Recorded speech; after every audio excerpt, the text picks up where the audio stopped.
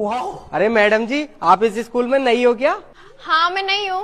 Madam जी, आपका नाम क्या है? मेरा नाम राधिका है। और तुम्हारा? मैडम जी, मेरा नाम बहुत अजीब है। क्या नाम है?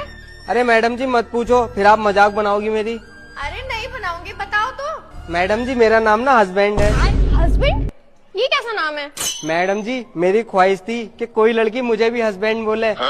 तो फिर मेरे घर पे रिश्ते वाले आते थे, मना करके चले जाते थे, तो मेरी माँ ने मेरा नाम हस्बैंड रख दिया। कोई भी लड़की मेरा नाम लेती है तो मेरी माँ बहुत खुश होती है और मैं भी बहुत खुश होता हूँ। अच्छा। मैडम जी, आप भी लोगी ना मेरा ये नाम? हाँ मैं भी बोल दूंगी। ठीक है मैडम जी, मिलते हैं। अभी मजा आएगा ना भाई, ये मैडम कितनी स्मार्ट है यार, अपने स्कूल में नहीं आई है क्या? तेरे भाई की होने वाली वाइफ है ये। अबे चल बे, कितनी फेंक रिया ये साला ऐसी थकता रहे। तुम्हें यकीन ना?